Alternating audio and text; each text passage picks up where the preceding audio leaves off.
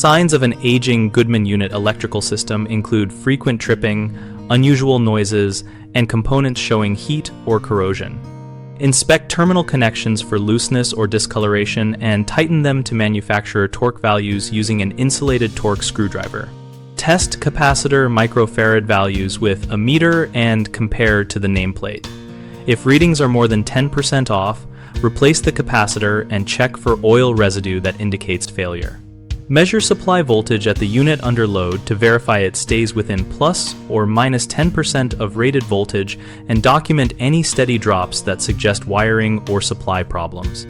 Check contactor and relay contacts for pitting or arcing, and replace the contactor coil assembly if the contacts show more than light surface roughening. Note original parts and record part numbers and installation dates so you can anticipate end of life and match replacements correctly.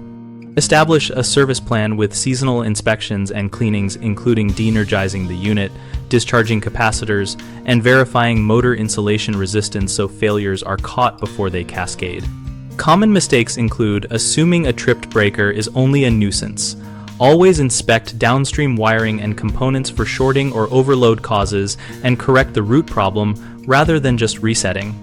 Another issue is overlooking subtle heat damage at terminals, which can look like light browning. Clean and retorque connections and replace any terminal blocks that show deformation.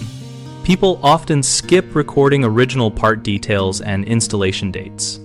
Start a simple log with part numbers and meter readings so future technicians can see trends and make an informed recommendation for replacement or targeted repair.